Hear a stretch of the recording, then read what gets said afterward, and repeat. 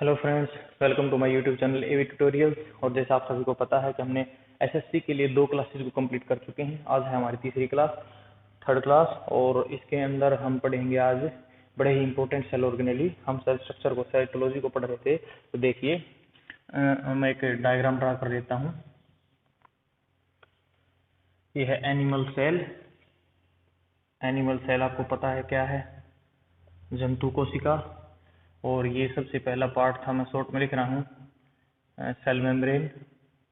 CM का मतलब chief minister बिल्कुल नहीं है, सेल मेम्ब्रेन। कहीं खट्टर सर से फटकार लगवा दो। उसके बाद है ये सेल का सेंट्रल पार्ट, सफेरिकल सा पार्ट होता है, जिसके अंदर ऐसे थ्रेड लाइक स्ट्रक्चर भरे होते हैं, लिक्विड भरा होता है। लिक्विड को हम बोलते हैं न्यूक्लियोसोम या न्यूक्लियोप्लाज्म, सॉरी, और इसको हम बोलते हैं न्यूक्लियस। उसके बाद हमने इस लिक्विड को पढ़ा था। ये जो लिक्विड था ये क्या था? ये था साइटोप्लाज्म। और साइटोप्लाज्म न्यूक्लियोप्लाज्म मिलके प्रोटोप्लाज्म, ये भी हम पढ़ चुके थे। उसके बाद हमने सेल वॉल को भी पढ़ लिया था। आज हम सबसे पहला अपना ऑर्गेनेल जो पढ़ रहे हैं वो है स्टूडेंट, सबसे पहला हम पढ़ लेते हैं एंडोप्लाज्मिक रेटिकुलम को। हम पढ़ते हैं सबसे पहले एंडोप्लाज्मिक रेटिकुलम। एंडोप्लाज्मिक रेटिकुलम, जिसको शॉर्ट फॉर्म में ER भी आपको लिखना मिल सकता है, एंडोप्लाज्मिक रेटिकुलम। तो अब देखिए, जो अपना न्यूक्लियस है, इसके ऊपर जो मेम्ब्रेन होती है स्टूडेंट, अगर मैं एक्चुअल व्यू बनाऊं इसका तो ये डबल मेम्ब्रेन होती है।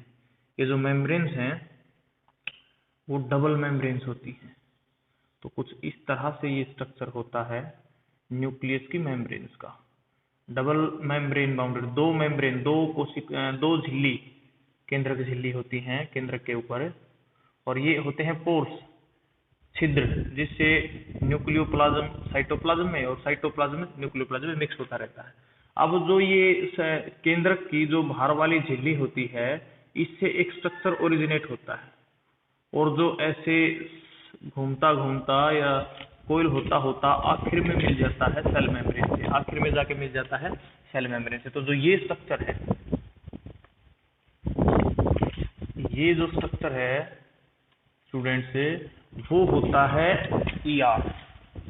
इसको हमने बोला है, इस कंप्लीट स्ट्रक्चर को ER, एंडोप्लाज्मिक रेटिकुलम। तो एंडोप्लाज्मिक रेटिकुलम क्या है, मैंने आपको बताया, फैला होता है केंद्रक से लेके कोशिका झिल्ली तक, न्यूक्लियस से लेके सेल मेम्ब्रेन तक। अब जो ये स्टूडेंट एंडोप्लाज्मिक रेटिकुलम है, यहाँ से क्वेश्चन पूछा जाता है कि ये किससे मिलके बनता है? तो मेड अप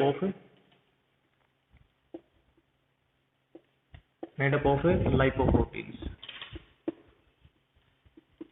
स्पेशल तरह के प्रोटीन्स हैं, लिपिड प्लस प्रोटीन। तो लाइपोप्रोटीन से मिलके बनता है। हिंदी में भी इनको यही बोलेंगे हम, लाइपोप्रोटीन या लिपोप्रोटीन बोल लो, जो भी आपको अच्छा लगे। तो बनता है, मेडअप का मतलब मैंने पहले ही बताया है, बनता है किससे? बनता है लाइपोप्रोटीन से। इसके बाद एक क्वेश्चन यहाँ से ये भी पूछा जाता है कि इसकी जो डिस्कवरी है, जो पहला क्वेश्चन सबसे इंपॉर्टेंट है, जो इसकी डिस्कवरी है, या फिर हम हिंदी में कह सकते हैं खोज, वो किसने की थी? तो इसकी की थी KR पोर्टर ने, KR पोर्टर। तो KR पोर्टर को हिंदी में लिखने की जरूरत नहीं, तो भी लिख देता हूं मैं KR porter, KR porter, KR porter. तो KR पोर्टर ने इसको खोजा था, एंडोप्लाज्मिक रेटिकुलम को। अब यहाँ से जो क्वेश्चन बनते हैं वो भी बनते हैं, ये 2 टाइप का होता है। देखिए, जो हम इसको 2 पार्ट में डिवाइड कर देते हैं, हमने 2 पार्ट में डिवाइड कर दिया इसको, एक ये पार्ट है, एक ये पार्ट है। तो ये ऊपर वाला पार्ट है, देखिए इसको मैंने 2 पार्ट में डिवाइड कर दिया, SER को मैंने 2 पार्ट में डिवाइड कर दिया यहाँ से, ठीक है। ये जो मैंने लाइन बनाई है, ऊपर वाले को बोलते हैं हम SER, और नीचे वाले को हम बोलते हैं RER। देखिए, ऊपर वाला नीचे वाले का मतलब क्या है? एंडोप्लाज्मिक रेटिकुलम का जो पार्ट है केंद्रक न्यूक्लियस के पास है, उसको बोला है RER। एंडोप्लाज्मिक रेटिकुलम का वो पार्ट जो सेल मेम्ब्रेन के पास है, उसको बोला है SER। अब ये RER और SER क्या है? तो हम एंडोप्लाज्मिक रेटिकुलम के हमने 2 पार्ट बना दिए, 2 भाग हमने बना दिए। और जो भाग यहाँ पहला है SER, जो SER का मतलब है smooth endoplasmic reticulum, smooth endoplasmic reticulum. और दूसरा जो पार्ट है, दूसरा पार्ट है RER, इसका मतलब होता है रफ एंडोप्लाज्मिक रेटिकुलम। रफ, देखिए इनको हिंदी में भी ऐसे ही लिखा जाना है, तो मैं बस हिंदी में लिख देता हूं, स्मूथ एंडोप्लाज्मिक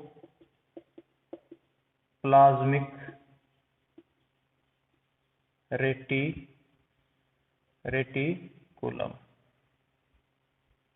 स्मूथ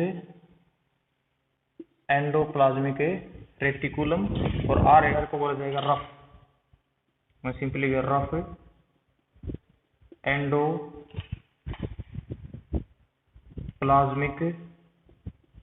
रेटिकुलम। तो rough endoplasmic reticulum, smooth endoplasmic reticulum दो तरह के होते हैं। अब इसको रफ क्यों बोला, देखिए जो अपना न्यूक्लियस के साथ वाला रेटिकुलम होता है, एंडोप्लाज्मिक रेटिकुलम होता है, इसके ऊपर मैं ऐसे डॉट से स्ट्रक्चर बनाता हूं,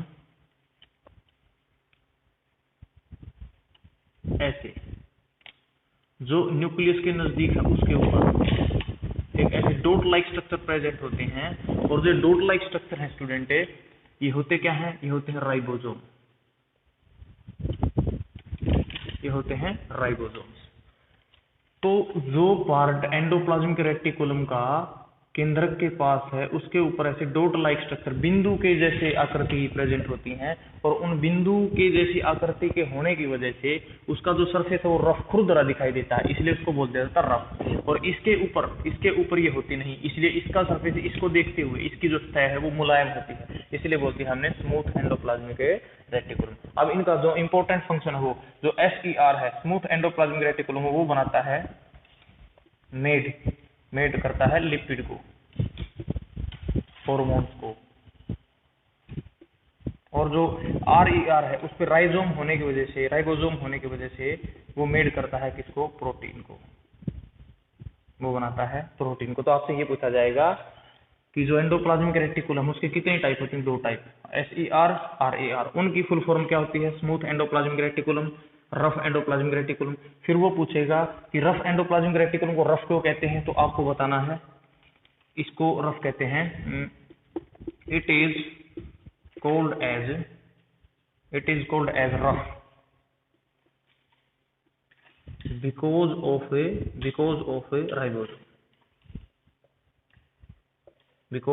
राइबोसोम, तो इसको रफ कहा जाता है। तो मैं लिख सकता हूं इसको रफ राइबोसोम की वजह से कहा जाता है, कि इसके वजह से कहा जाता है। इसको जो रफ कहा जाता है वो क्यों, इसके सरफेस पे राइबोसोम है, इसकी वजह से इसको रफ कहा जाता है। अब ये प्रोटीन क्यों बनाता है, क्योंकि इसके ऊपर राइबोसोम है, राइबोसोम को प्रोटीन फैक्ट्री कहते हैं।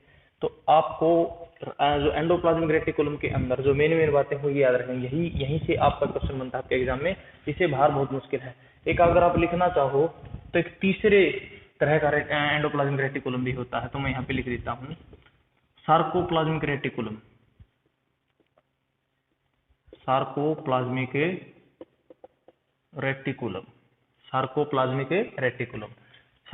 रेटिकुलम है जो सिर्फ पाया जाता है, फाउंड ओनली इन, ऐसे लिख लेते हैं हम, found only in muscles cell,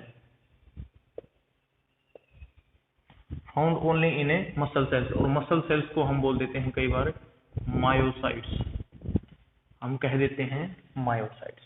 तो एक तीसरे तरह का हो सकता है कुछ बुक्स के अंदर एंडोप्लाज्मिक रेटिकुलम दे रखा हो, जिसको हम बोलते हैं sarcoplasmic reticulum.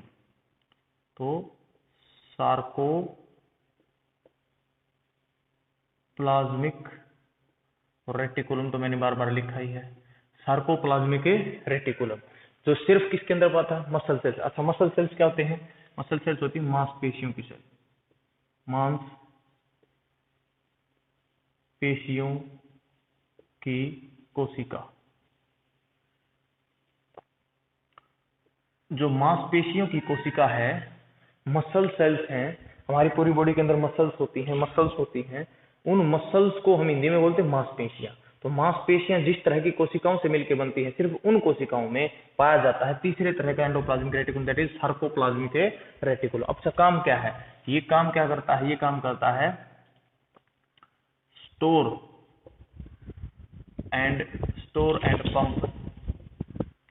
And pump calcium ion.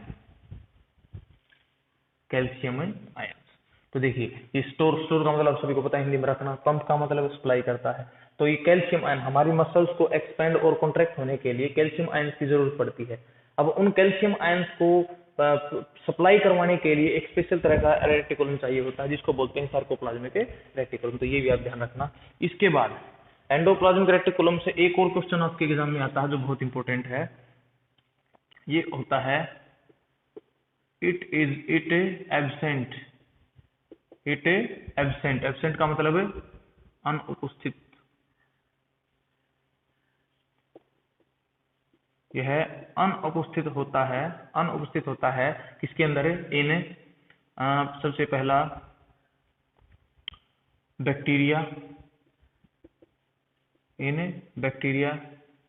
BGA blue green algae. BGA को वैसे हम आगे बढ़ेंगे, इसको BGA ब्लू ग्रीन एल्गी और RBC ऑफ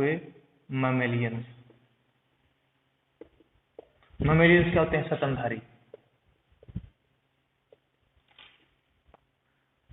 तो स्तनधारी जो ऑर्गेनिज्म होते हैं, जो अपने छोटे बच्चों को अपना दूध मिल्क फीडिंग करवाते हैं, दूध पिलाते हैं, जैसे हम हैं, जैसे अपना बफलो है, भैंस है, गायें हैं, ये सारे अपने जो छोटे इनके जो बच्चे होते हैं उनको अपना दूध पिलाते हैं। तो ऐसे ऑर्गेनिज्म, ऐसे जीव चीजों को बोला जाता है मैमेलियन, जिनको हिंदी में कहा जाता है स्तनधारी। तो उनकी ब्लड, उनके खून के अंदर एक आपने सुना होगा RBC, लाल रक्त कणिकाएं। वैसे हम जो सर्कुलेटरी चक्र उसके अंदर इनको पढ़ेंगे, तो जो RBC है मैमेलियंस की, उसके अंदर बाकी सारी सेल्स के अंदर होता है, बट RBC के अंदर नहीं होता। क्या नहीं होता, एंडोप्लाज्मिक रेटिकुलम। और किसके अंदर नहीं होता, ब्लू ग्रीन एल्गी। और किसके नहीं होता, बैक्टीरिया। और आप लिख सकते हैं प्रोकैरियोटिक, वो हम आगे पढ़ेंगे टाइप्स ऑफ सेल में।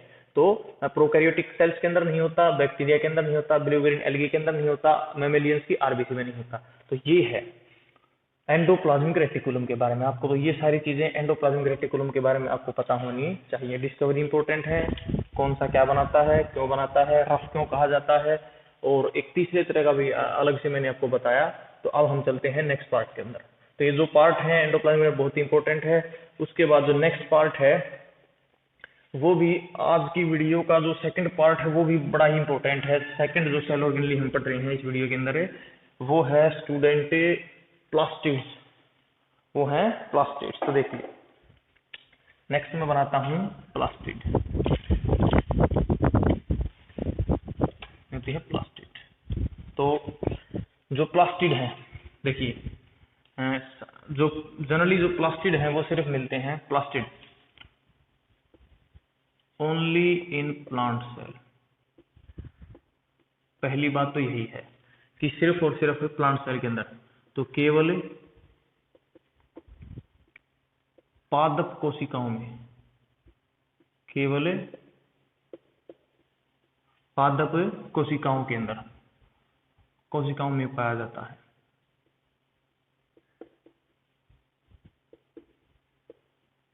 केवल पादप को, सिर्फ पौधे की जो कोशिका है उन्हीं के अंदर पाया जाता है प्लास्टिड। अभी जो प्लास्टिड हैं ये अलग अलग टाइप के होते हैं। सबसे पहला इसके अंदर होता है ल्यूकोप्लास्ट।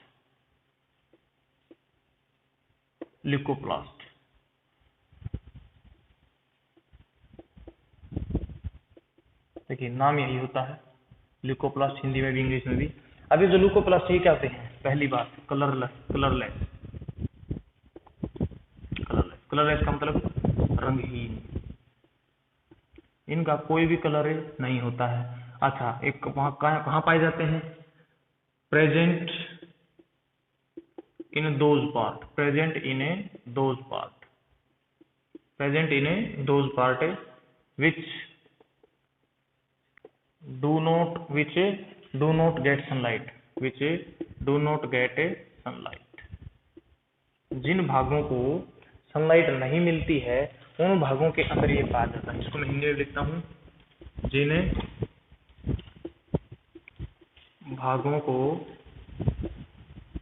सूर्य का प्रकाश से नहीं मिलता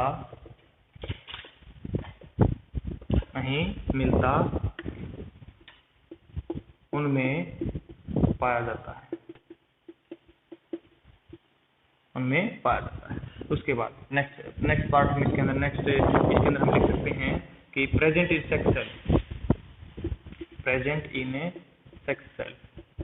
सेक्स सेल आप समझते होंगे। सेक्स सेल का मतलब होता है जनन कोशिका, हम लिख सकते हैं सेक्स सेल को, हम लिख सकते हैं जनन कोशिका।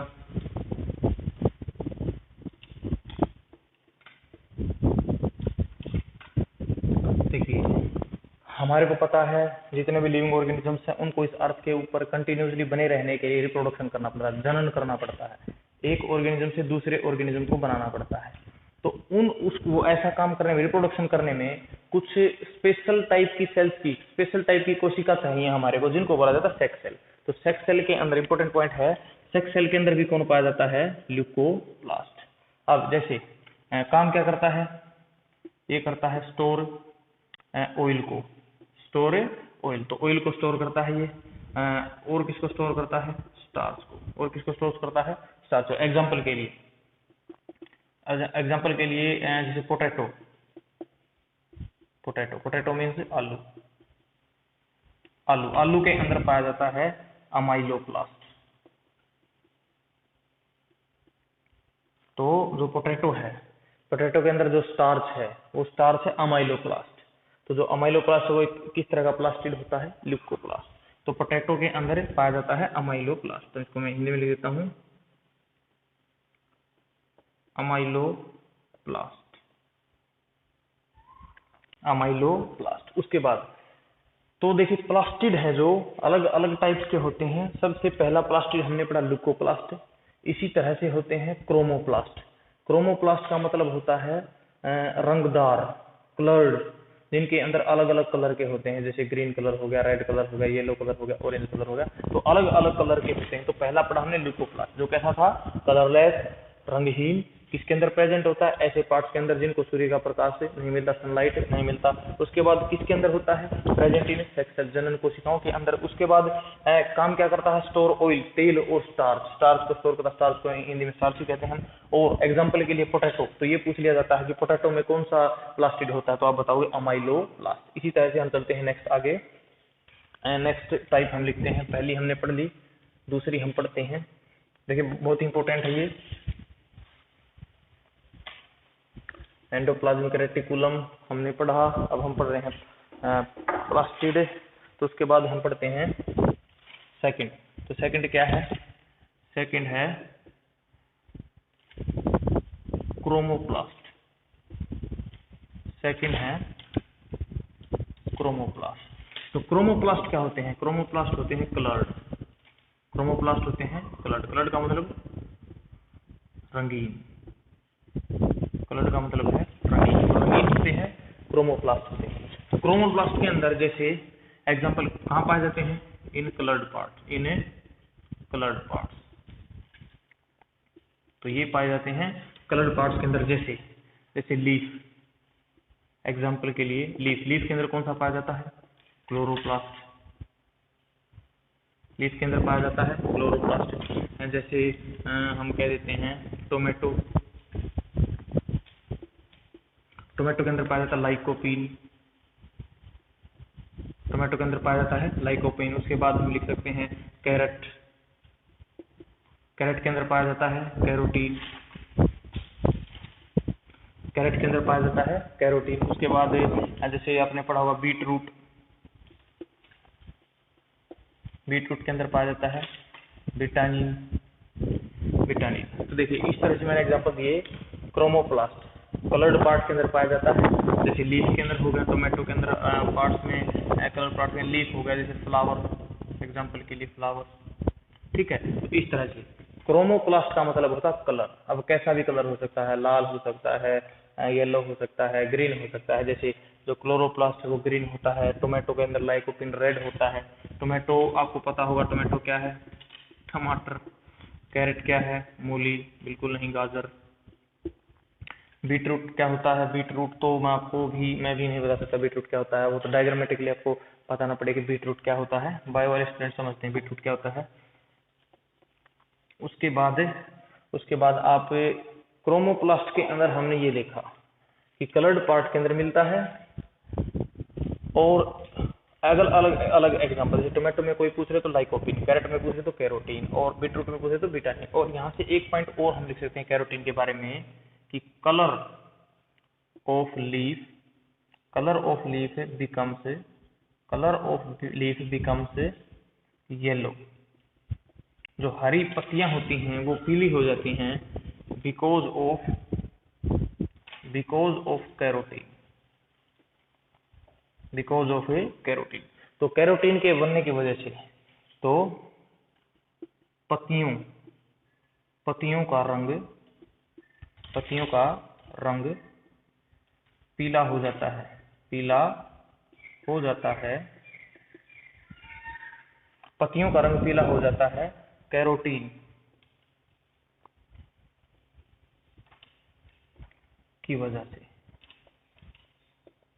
ये काफी बार एग्जाम में पूछा गया है कि पत्तियों का जो रंग है वो पीला क्यों पड़ जाता है, तो किसकी वजह से, कैरोटीन की वजह से। तो आप इसको ध्यान रखेंगे।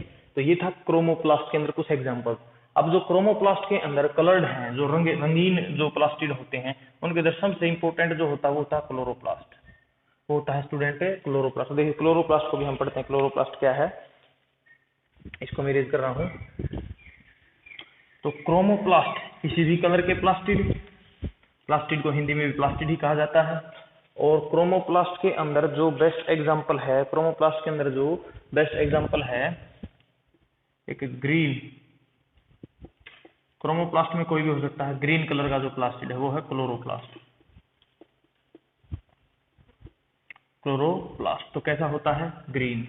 क्यों होता है ग्रीन, किसकी वजह से होता है, क्लोरोप्लास्ट है जो ग्रीन किसकी वजह से होता है, वो होता है पिगमेंट का मतलब कोई भी रंगदार पदार्थ, इसकी वजह से रंग आ जाए, पिगमेंट को पिगमेंट ही कहते हैं।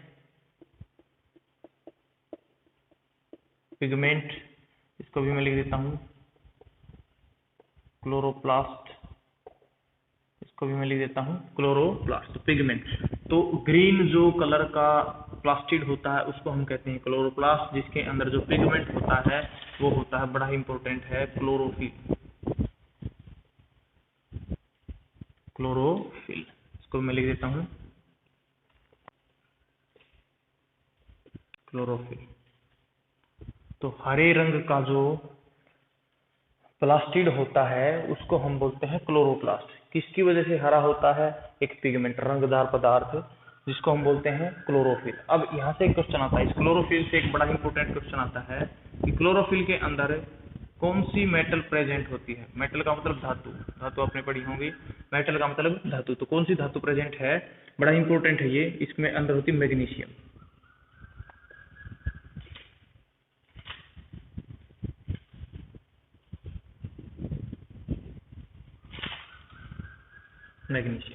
तो देखिए क्लोरोफिल के अंदर कौन सी मेटल प्रेजेंट होती है, कौन सी धातु प्रेजेंट होती है। जैसे हमारा लोहा एक धातु है, इसी तरह से तांबा है जो वो भी धातु है, कॉपर। तो इसी तरह से एक और धातु होती है मैग्नीशियम, जिसका एटॉमिक नंबर 12 होता है, आपने पढ़ा होगा। तो मैग्नीशियम प्रेजेंट होती है क्लोरोफिल के अंदर, ये बड़ा इंपॉर्टेंट है। तो बस अब जो क्लोरोप्लास्ट है वो क्या करता है, क्लोरोप्लास्ट फोटोसिंथेसिस करवाता है।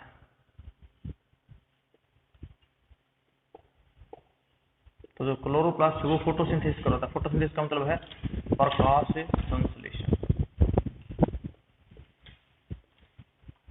प्रकाश संश्लेषण। जी हाँ, जो पौधे हैं, हरे पौधे हैं, वो अपना खाना बनाते हैं सूर्य से प्रकाश लेके, भूमि से, मिट्टी से जल लेके, और जो मिनरल्स होते हैं उनको लेके ये अपना फूड प्रिपेयर करते हैं, खाना बनाते हैं। उस प्रक्रिया को हम बोलते हैं प्रकाश संश्लेषण। तो प्रकाश संश्लेषण में कौन यूज होता है? क्लोरोप्लास्ट। इसीलिए क्लोरोप्लास्ट को क्या कहा जाता है? Kitchen of plant. किचन का मतलब रसोई घर, जहाँ पे खाना बनता है। किचन ऑफ किसका? प्लांट। प्लांट का मतलब आपको पता ही है, पौधे। तो पौधे की रसोई किसे कहा जाता है? क्लोरोप्लास्ट को। क्यों कहा जाता है? इसलिए कहा जाता है क्योंकि इसके अंदर फूड के लिए प्लांट प्रिपेयर होता है। अब जो क्लोरोप्लास्ट है, देखिए ये एनिमल सेल है, ये है एनिमल सेल। तो मैं एक छोटा सा डायग्राम बनाता हूँ।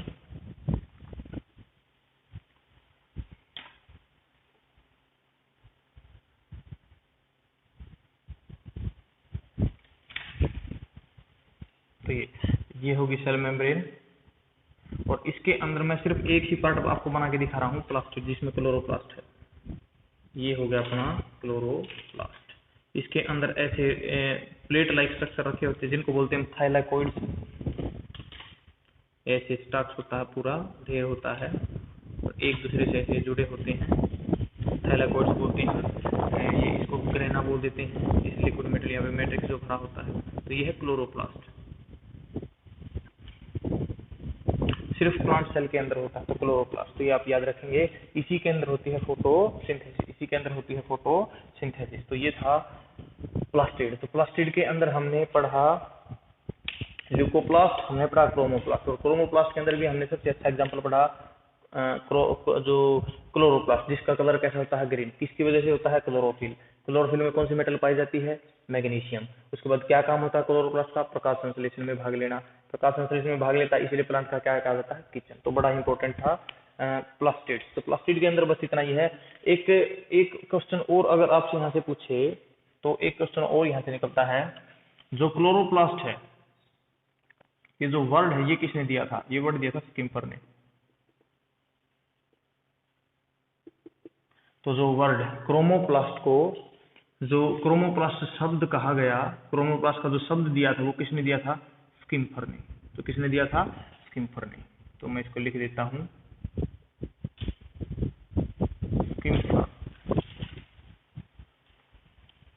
स्किम्पर।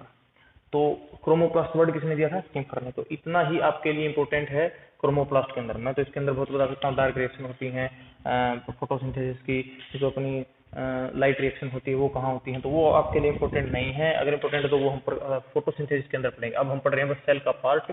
तो आई होप आपको ये समझ आया होगा। इसके अंदर जो डाटा है वो आपकी बहुत हेल्प करने वाला है। तो नोट्स आप बड़े अच्छे से बनाएं, बेखौफ होके बनाएं। डाटा मैं गलत आपको बिल्कुल भी नहीं दूंगा। एक आध छोटी बहुत मिस्टेक हो जाए, एक आध हो जाए, तो वो वेरी वेरी सॉरी। उसके बाद पढ़ते हैं हम नेक्स्ट पार्ट। तो नेक्स्ट पार्ट क्या है? नेक्स्ट पार्ट हम पढ़ लेते हैं